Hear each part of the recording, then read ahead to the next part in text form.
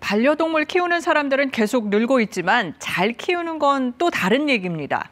한 해 버려지는 반려동물이 12만 마리나 됩니다.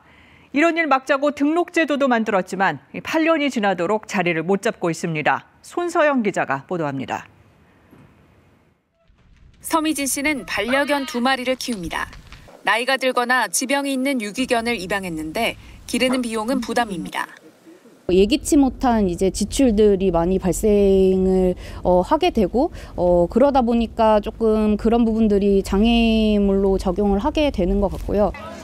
반려동물을 키우는 4명 가운데 1명이 양육 포기를 고민했는데 지즘 등 행동 문제가 가장 컸고 그다음이 예상보다 돈이 많이 든다. 또 질병에 걸리거나 사고를 당했다 등의 순위였습니다. 문제는 상당수가 고민에 그치는 게 아니라는 점입니다.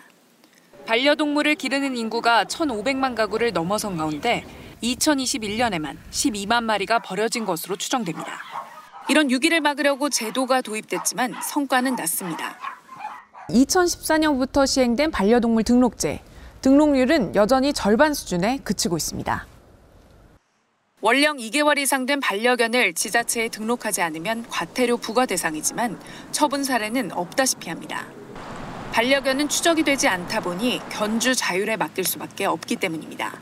정부는 몸에 칩을 심는 기존 방식 대신 코주름 등 생체 정보를 활용해 등록 절차를 간소화하는 방안을 검토하고 있지만 이것만으로 등록률을 높일 수 있을진 미지수입니다.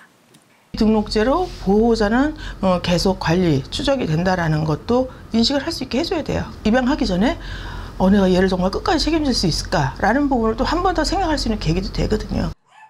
입양 단계에서부터 잘 기르기 위한 교육을 받도록 하고 양육자들의 비용 부담을 줄여줄 방안도 고민해야 할 시점이라는 얘기도 나옵니다. KBS 뉴스 손서영입니다. 네, 보신 것처럼 반려동물이 버려지는 많은 경우는 예상보다 돈이 많이 들고 또 아프거나 사고를 당했을 때입니다. 이 동물병원 진료비가 비싸다는 지적도 빼놓을 수 없습니다. 새해부터 병원들은 진료비를 공개해야 하고 또 앞으로 질병에 따라 표준 비용을 정하는 방안도 추진되고 있는데 이게 효과가 있을지 계속해서 장혁진 기자가 취재했습니다. 진료비를 자발적으로 공개한 동물병원입니다. 기본 진료비 10,000원, 불소 처치하는 거 3만 원이고 예방접종부터 진찰비, 입원, 수술비까지 거의 모든 진료비를 반려동물 양육자에게 알립니다. 보호자분들이 미리 그 진료에 대한 내용이나 그 비용을 알고 있어야지 좀 준비하거나 선택할 수 있는 부분이 있으니까. 이렇게 진료비를 공개하는 병원은 10% 남짓. 이번 주부터 수의사 2인 이상 병원은 진료비를 반드시 게시해야 합니다. 1년 뒤엔 모든 병원으로 확대됩니다. 양육자들이 진료비를 비교할 수 있게 되면 최대 11배까지 차이가 나는 진료비가 낮아질 수 있을 거라는 계산입니다. 하지만 문제는 표준화입니다. 같은 증상이라도 병원마다 검사 항목과 수술 방식이 달라 공개된 진료비를 단순 비교할 수가 없기 때문입니다. 개, 고양이, 토끼, 기니픽 이런 수십 종의 동물들을 치료를 하잖아요. 개 한 종만 해도 1kg 미만의 진짜 작은 애들부터 50kg 넘는 큰 애들도 있고. 정부는 일단 주요 진료 항목 100개를 골라 2024년까지 표준화를 추진하고 있습니다. 표준화가 이루어지면 그나마 진료비 부담을 덜어줄 펫보험 상품도 활성화될 수 있을 것으로 기대됩니다. 일본이 지금 한 9에서 10%, 보험 시장만 7천억 원 이상 시장이 형성되어 있고요. 질병 코드랑 항목이 표준화가 완벽하게 돼야 되는 거죠. 정부는 더 나아가 진료비를 일률적으로 적용하는 수가제를 도입하기 위한 연구 용역을 의뢰할 예정이지만 실제 도입까진 적지 않은 시간이 걸릴 것으로 보입니다. KBS 뉴스 장혁진입니다. 허가를 받지 않고 반려동물을 번식시켜서 경매장에 파는 등 동물보호법을 위반한 10여 곳이 적발됐습니다. 내년 4월부터는 이 동물보호법이 바뀌면서 여러 가지 허가 사항이 늘어납니다. 임명규 기자입니다. 뜬 장에 개 수십 마리가 갇혀 있습니다.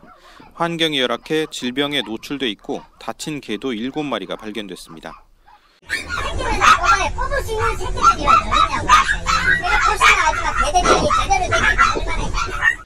또 다른 곳에 갇힌 개들은 새끼를 번식하는 데 이용됐습니다. 이곳은 허가 없이 동물 생산업을 하면서 허가받은 업체 명의를 빌려 경매장에 개들을 판매하다 적발됐습니다.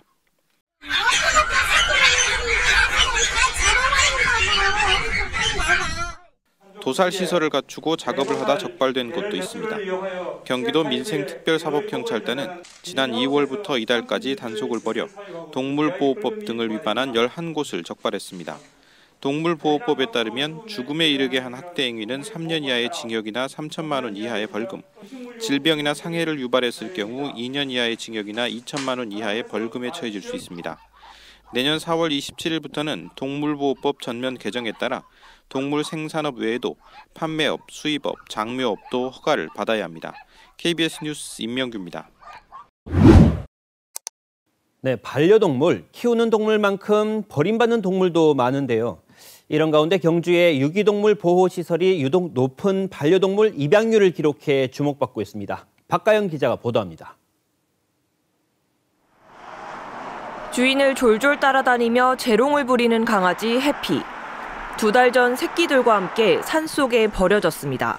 처음에는 먹이도 잘 못 먹었지만 이제는 건강하게 뛰어다니며 가족의 사랑을 받습니다.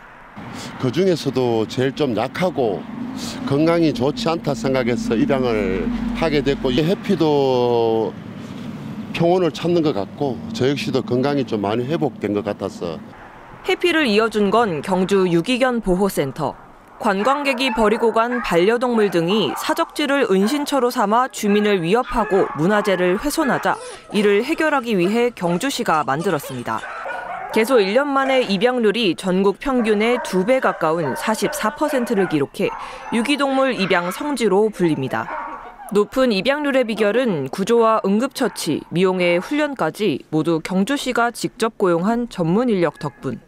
직원들이 직접 인터넷에 올린 소개글과 사진에 전국에서 입양 문의가 이어집니다. 이 강아지의 경우 20명의 입양 희망자가 대기 중입니다. 동물보호감시원의 심사 결과에 따라 새로운 주인이 정해지게 됩니다. 운영 노하우를 배우려는 다른 자치단체의 방문도 잇따르고 있습니다. 시민을 대상으로 패티켓 교육도 시키고 동물 등록이라든지 그리고 행동 교정 프로그램도 운영을 해서 시민들이 동물과 함께. 경북 유일의 시지경 동물보호센터가 갈수록 심각해지는 유기동물 문제에 해법을 제시해주고 있습니다. KBS 뉴스 박가영입니다. 네, 반려동물을 치료하는 데 드는 비용이 만만치 않으니까 반려동물을 위한 보험에 가입하시는 분들도 일부긴 하지만 있습니다. 그런데 정작 이 보험료도 치료비 못지않게 부담이 적지 않습니다. 정부가 반려동물 보험 시장을 더 키우려고 하고 있지만 효과가 있을지는 지켜봐야 할 것 같습니다. 정재우 기자가 이 문제 취재했습니다.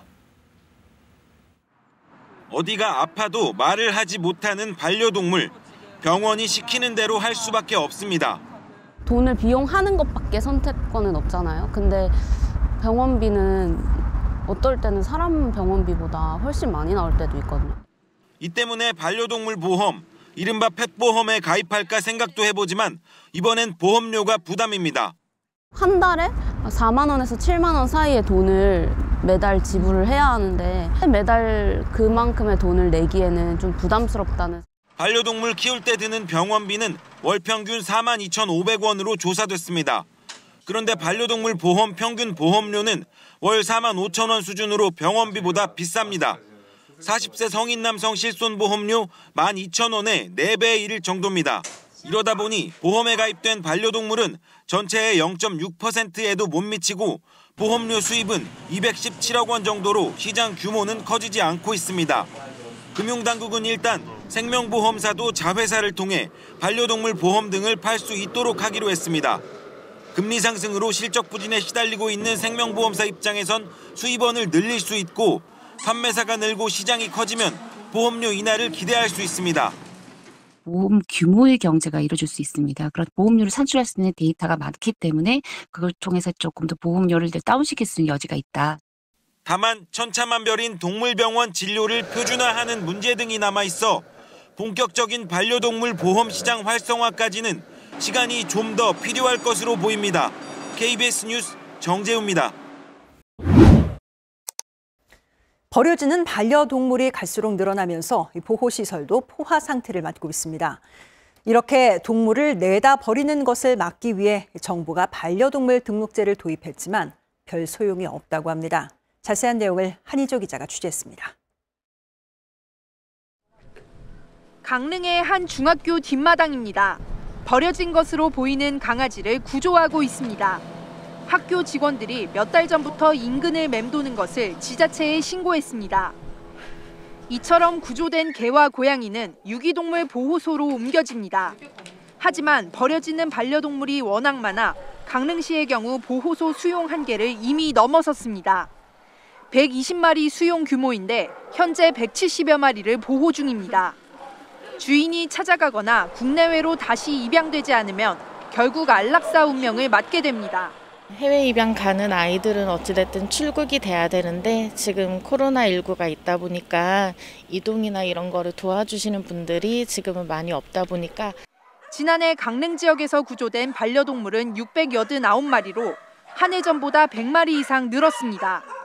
이들 대부분은 주인이 버린 것으로 추정됩니다. 정부가 2014년 반려동물 등록제를 도입했지만 미등록이 적발돼도 처벌이 가볍고 실질적인 단속도 없어 등록률이 저조한 실정입니다. 정부의 지난해 인구주택 총조사에 따르면 강릉 지역 15,000여 가구가 반려동물을 키우는 것으로 추정되는데 등록된 반려동물은 12,000여 마리에 불과합니다. 시설을 이제 늘리는 거에는 예산적으로 이제 한계가 있습니다. 그래서 찾아가는 이제 동물 등록 서비스 이런 사업들을 각종 이제 동물 등록률을 높일 수 있는. 더구나 관광지의 경우 외지에서 갖다 버리는 경우가 많아 버려지는 반려동물 처리를 놓고 지자체들의 고민이 커지고 있습니다. KBS 뉴스 한희조입니다.